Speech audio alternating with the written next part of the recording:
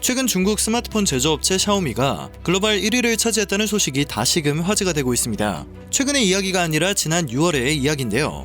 당시 샤오미는 월간 점유율에서 처음으로 한국의 삼성전자를 넘어섰습니다. 샤오미의 점유율은 17.1%로 15.7%의 삼성전자와 14.3%의 애플을 모두 제쳤죠. 그런데 샤오미 당찬 포부가 선을 넘고 있습니다.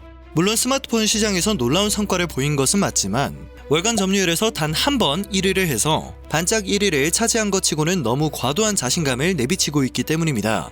현재 샤오미는 3년 안에 세계 스마트폰 시장에서 1위를 차지하겠다는 목표를 공개했고 글로벌 스마트폰 시장에서 선두를 지키고 있는 삼성전자에 도전장을 던졌습니다. 6월 삼성전자를 제치는 성과를 냈지만 7월 다시 1위 자리를 삼성전자에게 내주었기 때문입니다. 샤오미는 7월 무려 83%의 성장률을 보였음에도 삼성을 이기지 못했습니다. 닿을 듯 말 듯 금방 따라잡을 수 있을 것 같지만 사실 그 격차는 매우 크다는 걸 알 수 있었죠.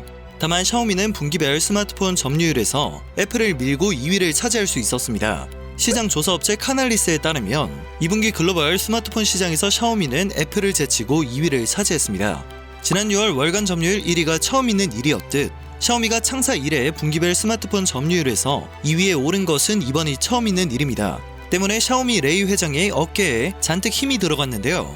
그는 세계 1위도 될 수 있다고 느꼈다며 우선 세계 2위 자리를 안정적으로 지킬 것이고 3년 안에는 1위를 차지하겠다는 입장을 밝혔습니다. 또한 LG전자의 공백을 노리고 레드미 노트를 앞세워 국내 시장 공략에 나서겠다는 목표를 전하기도 했습니다. 그러나 국내 시장 공략을 하겠다는 샤오미의 당찬 포부에 업계는 물론 국내 네티즌들은 벌써부터 고개를 갸우뚱하고 있습니다. 한복 사건으로 국내 소비자들의 반감이 여전한 상황에서 무슨 배짱으로 국내 시장을 공략하겠냐는 것이죠. 샤오미는 레드미 노트가 업계에서 가장 저렴한 5G 스마트폰이라는 점을 강조하고 있는데요. 국내 반응은 벌써부터 싸늘합니다. 아무리 저렴해도 심지어 공짜로 주더라도 한국 문화를 자국의 것이라고 왜곡했던 중국 기업의 폰을 쓰고 싶지 않다는 반응이 지배적입니다. 저렴한 가격이든 성능이 좋든 건드려서는 안 될 것을 건드렸으니 눈길조차 주고 싶지 않다는 거죠. 다른 건 다 참아도 역사나 문화를 왜곡하고 날조하는 것은 절대 참아주지 않는 한국인들의 굳건함을 전혀 파악하지 못한 듯합니다. 역사 문제를 핑계로 겁도 없이 수출 규제를 단행했던 일본에 제대로 매운맛을 보여준 게 한국인들입니다. 수십 개가 넘는 일본 기업들을 찾아내 리스트를 만들고 불매운동에 나섰던 한국인들에게 샤오미 기업 하나의 불매는 일도 아닐 것인데 말입니다. 샤오미는 다른 것도 아니고 우리의 전통 의상인 한복을 건드려 한복의 아름다움에 자긍심을 가지고 있는 한국인들의 공분을 샀던 기업입니다. 샤오미는 스마트폰 배경화면 스토어에 한복을 중국 문화 카테고리로 분류했고 크게 논란이 일자 중국을 삭제한 후 문화라는 설명만 남겨도 더 반감을 키웠습니다. 한국 문화 카테고리로 수정을 해야 마땅한 일을 미적지근하게 처리한 거죠. 일각에선 배경화면 스토어에 올라오는 사진이 샤오미의 사전 승인을 거치는 만큼 단순한 해프닝이 아닌 한국 문화를 자국의 것으로 편입하려는 의도가 있었다는 지적이 나왔고 샤오미에 대한 인식은 급격히 나빠졌습니다. 아직 그 여파가 그대로 남아있는데 국내 시장 점유율 확대를 노리겠다는 자신감은 도대체 어디서 나온 걸까요?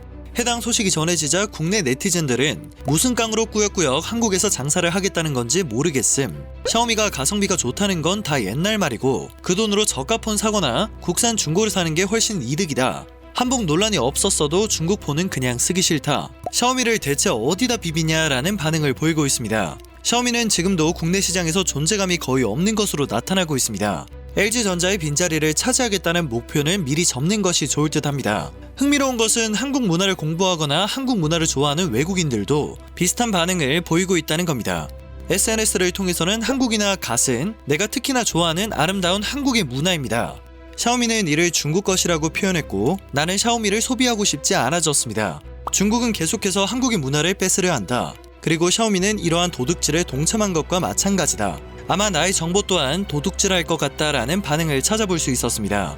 또한 외국인 커뮤니티에서는 샤오미가 삼성을 제압했다는 의견에 대해 설전이 펼쳐지고 있었는데요. 대부분이 한국을 지지하는 의견을 남긴 것을 확인할 수 있었습니다. 댓글에서는 과연 이런 분석이 얼마나 오래 지속되는지 봅시다. 샤오미가 삼성을 제압했다는 건 아이폰이 덜 팔려서 상황이 나쁘다고 말하는 것과 같이 의미가 없습니다. 도요타가 포르쉐보다 자동차를 더 많이 팔았다고 말하는 것처럼 억지로 들립니다. 나는 샤오미를 절대 삼성 및 아이폰과 같은 리그라고 생각할 수 없습니다. 저렴한 대안을 원한다면 어쩔 수 없겠지만 저렴한 이유는 분명히 존재합니다. 그것은 여전히 삼성전자의 크기와 매출 일부에 불과합니다.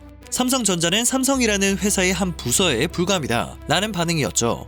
사실 샤오미가 잠깐이라도 삼성을 제치고 1위를 할 수 있었던 것은 단순히 샤오미의 능력 때문이 아니기도 합니다. 어쩌면 운이 좋았다고 할 수도 있겠습니다. 베트남 현재의 코로나 상황이 나빠지면서 6월 삼성전자 생산에 차질이 생긴 바 있기 때문이죠. 전문가들의 평가도 마찬가지입니다.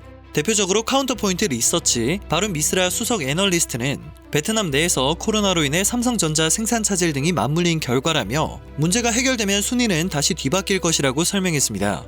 또한 3분기에는 아이폰 13 출시가 예정되어 있어 샤오미가 2분기에 이어 3분기에도 2위를 차지하는 것에는 무리가 있다는 분석을 내놓았습니다.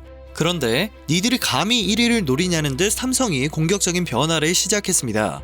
저렴한 가격을 앞세우던 샤오미 따위 신경도 쓰지 않았지만 이제는 그 몸집이 커졌으니 샤오미의 강점을 무용지물로 만들어주겠다는 것이죠. 샤오미보다 저렴하면서 성능은 훨씬 좋은 스마트폰을 만드는 것은 삼성전자에게 일도 아닙니다. 애플과의 경쟁을 위해 혁신을 거듭하고 더 좋은 성능을 지닌 스마트폰에 집중했을 뿐이죠. 까부는 샤오미를 지켜보던 삼성전자는 해외 시장을 공략한 중저가 폰을 공개한 데 이어 가격을 크게 낮춘 폴더블 폰까지 공개하며 샤오미에게 맞불 작전을 놓기 시작했습니다. 중국 업체들이 급성장하면서 폴더블 폰을 내세워 반격에 나선 것인데요. 특히 소형 모델은 일반 스마트폰과 가격 차이가 거의 없어 벌써부터 각국 이용자들의 관심이 쏠리고 있습니다. 고성능과 가성비 두 가지를 다 할 수 있는 삼성전자의 능력이 느껴지는 부분이죠. 또한 현재 글로벌 스마트폰 제조사 중에서 폴더블 폰을 대량으로 생산할 수 있는 곳은 삼성전자가 유일한 실정입니다. 이에 불안함을 느꼈는지 샤오미는 이번에도 삼성폰 언팩에 재를 뿌렸습니다. 11일로 예정되어 있던 삼성전자의 신작 폴더블 폰 발표 하루 전날 샤오미가 자사의 신제품을 공개하기로 결정하며 삼성전자의 잔칫날 고춧가루를 뿌린 것이죠.